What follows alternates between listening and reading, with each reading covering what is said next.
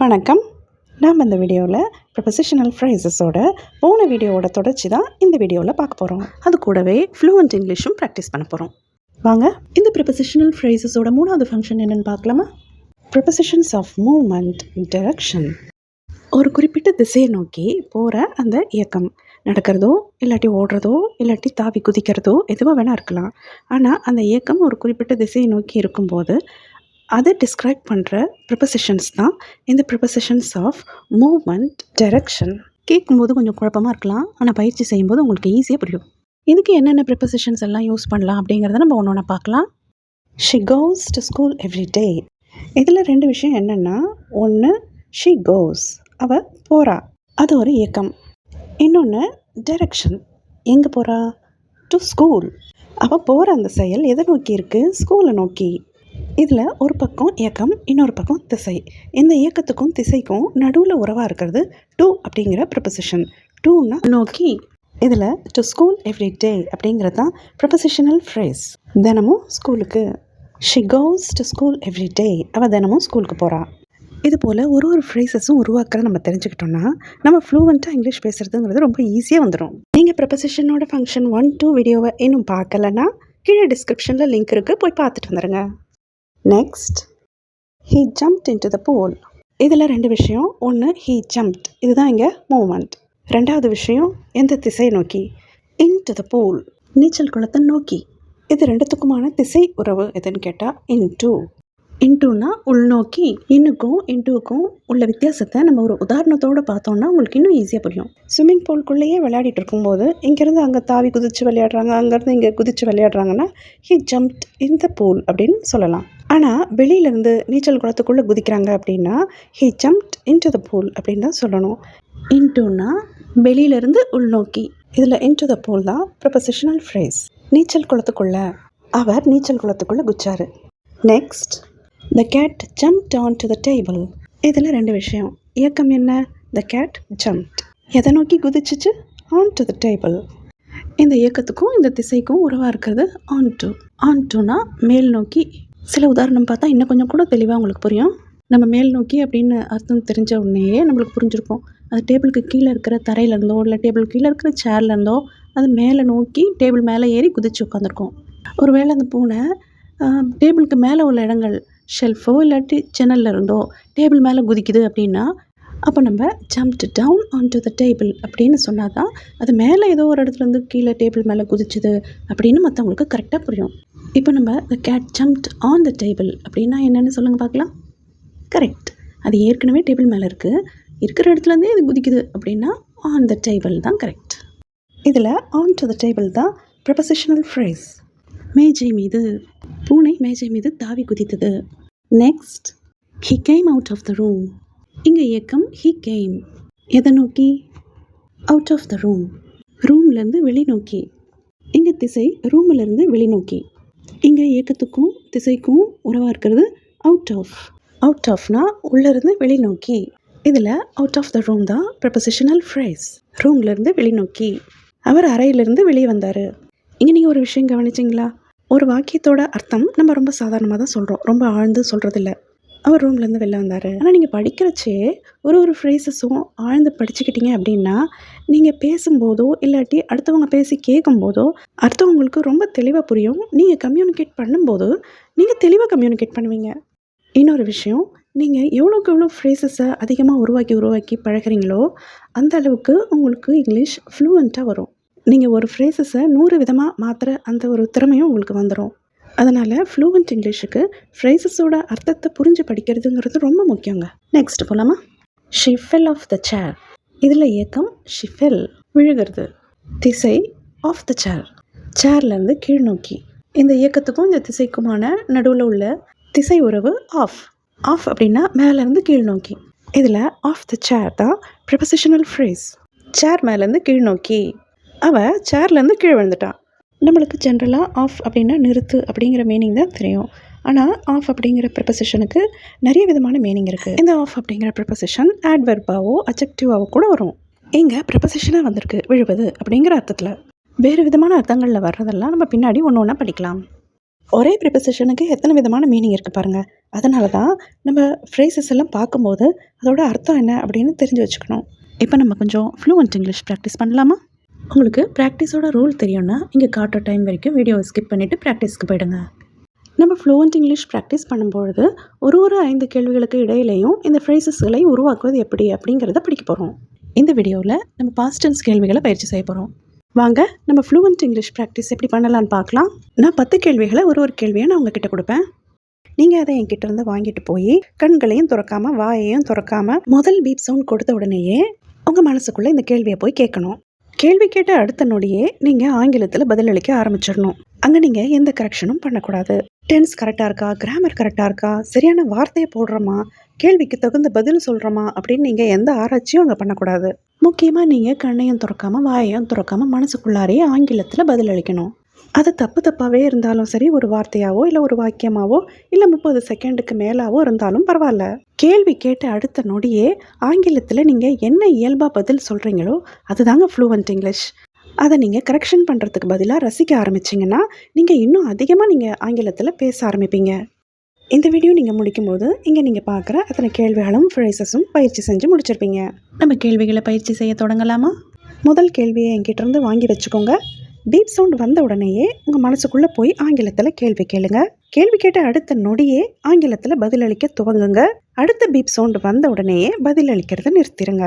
First question, Did you have breakfast at home or outside? நீங்கள் காலை உணவு வீட்டில் சாப்பிட்டீங்களா வெளியில் சாப்பிட்டீங்களா? இந்த கேள்விகளுக்கெல்லாம் எஸ் நோ அப்படின்னு ஒரு வார்த்தையில் பதில் சொல்லாமல் கூடுமான வரைக்கும் 30 செகண்டுக்கு மேலே பதில் சொல்ல முயற்சி பண்ணுங்கள். இந்த கேள்வியை எடுத்துகிட்டு போய் பீப் சவுண்ட் வந்த உடனே உங்களுக்குள்ளே கேளுங்க.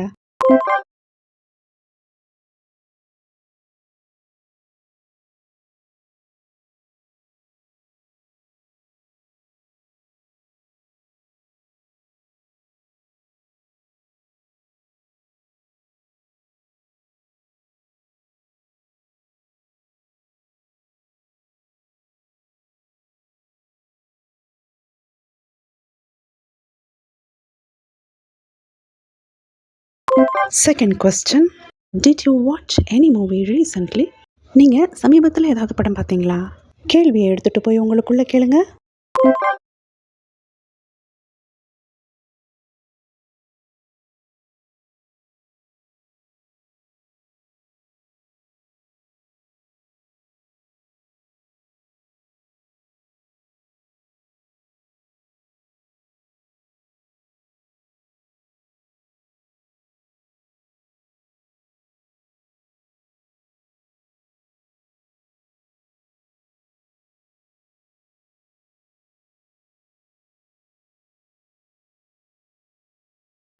Third question, did your husband come home early? உங்கள் கணவர் சீக்கிரமாக வீட்டுக்கு வந்தாரா? இந்த கேள்வியை எடுத்துகிட்டு போய் உங்களுக்குள்ளே கேளுங்க.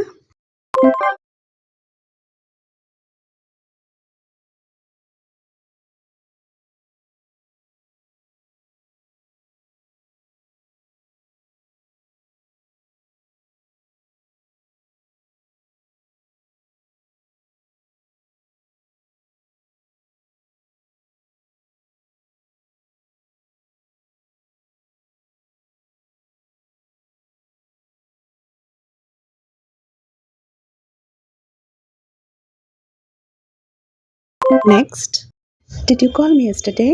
நேற்று எனக்கு ஃபோன் பண்ணீங்களா? இந்த கேள்வியை எடுத்துகிட்டு போய் உங்களுக்குள்ளே கேளுங்க.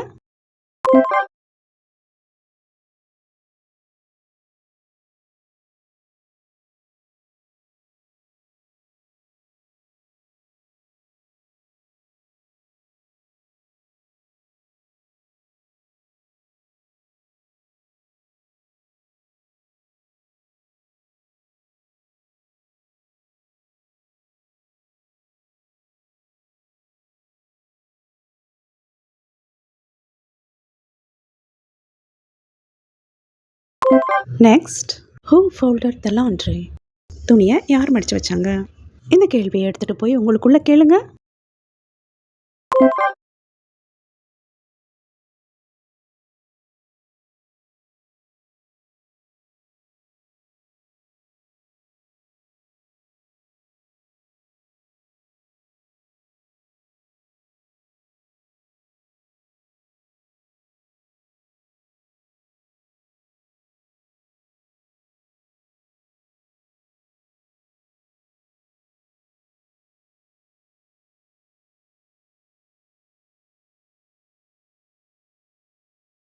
Very good. ரொம்ப நல்லா ப்ராக்டிஸ் பண்ணுறீங்க.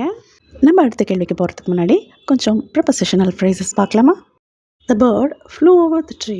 இதில் ரெண்டு விஷயம் என்னென்னா, ஒன்று த பேர்ட் ஃப்ளூ, இதுதான் இங்கே இயக்கம், பறவை பறந்தது. ரெண்டாவது திசை, எதை நோக்கி? மரத்துக்கு மேலே, மரத்தோட மேல் பக்கத்தை நோக்கி. இந்த இயக்கத்துக்கும் திசைக்கும் திசை உறவு ஓவர். ஓவர்னா மேல் நோக்கி, தொடாமல், மரத்தை தொடாமல் மேல் நோக்கி. ஒரு பக்கத்துலேருந்து இன்னொரு பக்கத்துக்கு மரத்தை டச் பண்ணாமல் மரத்து மேலே பறந்து போகுது. இதில் ஓவர் த ட்ரீ, இதுதான் ப்ரிபோசிஷனல் ஃப்ரேஸ். மரத்து மேலே பறந்தது, பறவை மரத்து மேலே பறந்தது. Next, the ball rolled under the sofa. இதில் ரெண்டு விஷயம், ஒன்று இயக்கம், த பால் ரோல்ட், பந்து உருண்டு போச்சு. ரெண்டாவது திசை, எதை நோக்கி? அண்டர் த சோஃபா, சோஃபாவுக்கு அடியை நோக்கி. இந்த இயக்கத்துக்கும் இந்த திசைக்கும் நடுவில் உள்ள திசை உறவு அண்டர். அண்டர்னா அடியை நோக்கி. இதில் அண்டர் த சோஃபா தான் ப்ரிபோசிஷனல் ஃப்ரேஸ். சோஃபா அடியை நோக்கி, பந்து சோஃபா அடியை நோக்கி உருண்டு சென்றது. Next, they climbed up the hill. இதில் ரெண்டு விஷயம், ஒன்று இயக்கம், தே கிளைம்டு, அவங்க ஏறுறாங்க. ரெண்டாவது திசை, எதை நோக்கி? அப் த ஹில், மலை மேல் நோக்கி. இந்த இயக்கத்துக்கும் திசைக்கும் நடுவில் உள்ள திசை உறவு அப். அப்புன்னா மேல் நோக்கி. நம்ம ஆன் டு அப்படின்றதும் மேல் நோக்கின்னு பார்த்தோம். அது ஒரு சர்ஃபேஸ், அதாவது ஒரு ஃப்ளாட்டாக இருக்கிற இடத்துலேருந்து இன்னொரு ஃப்ளாட்டாக இருக்கிற இடத்துக்கு ஏறுறத சொல்லும். அப் அப்படிங்கிறது இப்போ கீழேருந்து மேலே ஏறுற வரைக்கும் ஃப்ளாட்டாக இருக்காது, ஒரு வெர்டிக்கல் மூமெண்ட், மலை போல், ஏணியில் ஏறுறது போல், அந்த மாதிரி இடங்களுக்கு நம்ம அப் அப்படின்றத சொல்லலாம். இதில் அப் த ஹில் தான் ப்ரிபோசிஷனல் ஃப்ரேஸ். மலை மேல் நோக்கி, அவங்க மலையில் ஏறினாங்க. Next, the boy run down the stairs. இதில் ரெண்டு விஷயம், ஒன்று இயக்கம், த பாய் ரன், பையன் ஓடினான். இன்னொன்று திசை, எதை நோக்கி? டவுன் த ஸ்டேர்ஸ், படி வழியாக கீழ் நோக்கி. இந்த இயக்கத்துக்கும் திசைக்கும் நடுவில் இருக்கிற திசை உறவு டவுன். டவுன்னா கீழ் நோக்கி. இதில் டவுன் த ஸ்டேர்ஸ் தான் ப்ரிபோசிஷனல் ஃப்ரேஸ், படி வழியாக கீழ் நோக்கி. அந்த பையன் படியில் இறங்கி ஓடினான். படி இறங்குறது, மலை இறங்குறது, இது போல் வெர்டிக்கல் மூவ்மெண்ட்டுக்கெல்லாம் நம்ம டவுன் யூஸ் பண்ணலாம். Next, she walked towards the door. இதில் ரெண்டு விஷயம், ஒன்று இயக்கம், ஷி வாக்ட், அவன் நடந்தா. இன்னொன்று திசை, டுவோர்ட்ஸ் த டோர், கதவை நோக்கி. இந்த இயக்கத்துக்கும் திசைக்கும் நடுவில் இருக்கிற திசை உறவு டுவோர்ட்ஸ். டுவோர்ட்ஸ்னால் நோக்கி. இதில் டுவோர்ட்ஸ் த டோர், இதுதான் ப்ரிபோசிஷனல் ஃப்ரேஸ், கதவை நோக்கி. அவள் கதவை நோக்கி நடந்தா. இங்கே டூனாலும் டுவோர்ட்ஸ்னாலும் ஒரே மீனிங் தான், நோக்கி. இதில் என்ன யூசேஜ் வித்தியாசம்னா, டு ஸ்கூல் அப்படின்னா அவள் கட்டாயம் ஸ்கூலுக்கு தான் போகிறா. டுவோர்ட்ஸ் த டோர் அப்படின்னா அவள் கதவு கிட்ட தான் போகிறான்னு இல்லை, அந்த பக்கமாக போகிறா. சரி, இப்போ கொஞ்சம் ஃப்ளூவெண்ட் இங்கிலீஷ் ப்ராக்டிஸ் பண்ணலாமா? Next, did you sweep the floor? வீட்டை பெருக்குனீங்களா? இந்த கேள்வியை எடுத்துகிட்டு போய் உங்களுக்குள்ளே கேளுங்க.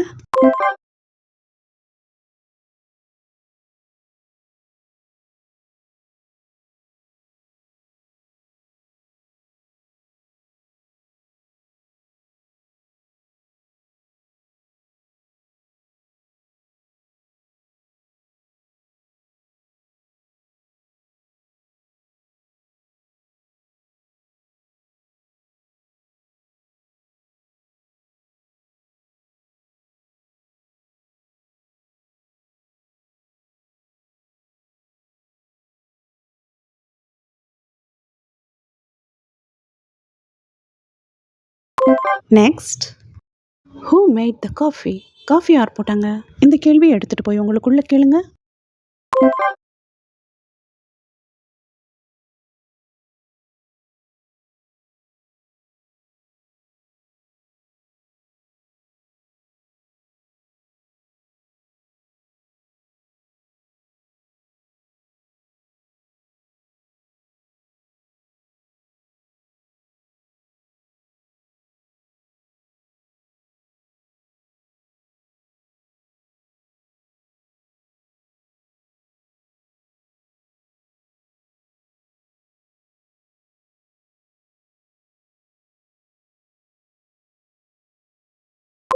Next, who went with you? உங்கள் கூட யார் வந்தாங்க? இந்த கேள்வியெல்லாம் தேவையா தேவையில்லையான்னு யோசனை பண்ணாதீங்க. எப்படிலாம் ஆங்கிலத்தில் இதுக்கு பதில் கொடுக்கலாம் அப்படின்னு யோசனைங்க. இந்த கேள்வியை எடுத்துகிட்டு போய் உங்களுக்குள்ளே கேளுங்க.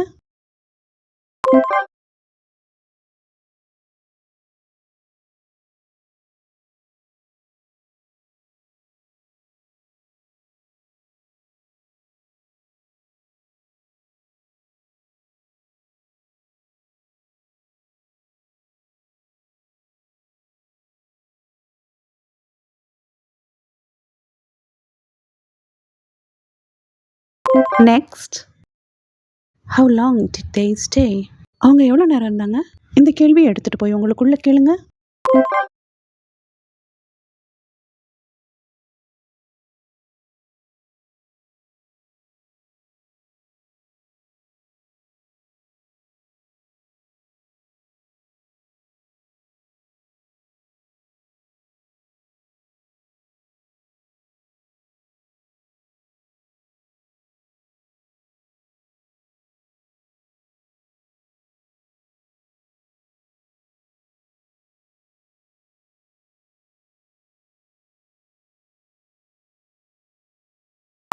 Next, did you withdraw any cash? நீங்கள் பணம் எதுவும் எடுத்தீங்களா?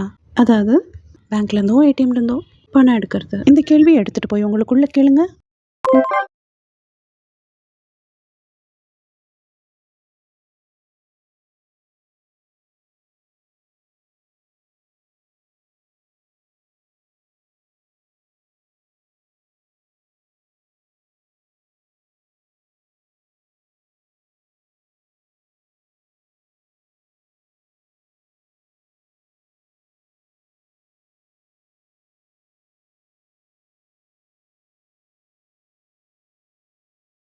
Very good. ரொம்ப அருமையாக ப்ராக்டிஸ் பண்ணுறீங்க.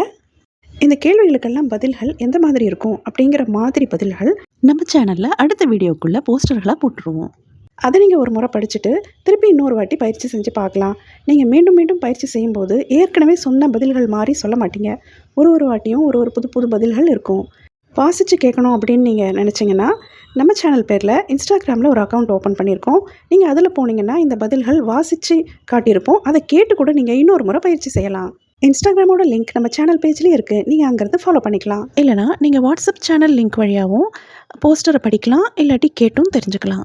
அந்த லிங்க்கும் நம்ம சேனல் பேஜ்லேயே இருக்குது. அங்கேருந்து நீங்கள் ஃபாலோ பண்ணிக்கலாம். ப்ரிபோசிஷனல் ஃப்ரேசஸோட மற்ற ஃபங்க்ஷனில் அடுத்த வீடியோவில் பார்க்கலாம். நம்ம சேனலை சப்ஸ்கிரைப் பண்ணலைன்னா சப்ஸ்கிரைப் பண்ணி வச்சுக்கோங்க. மற்ற கேள்விகளை நம்ம அடுத்த வீடியோவில் ப்ராக்டிஸ் பண்ணலாம். தேங்க்யூ.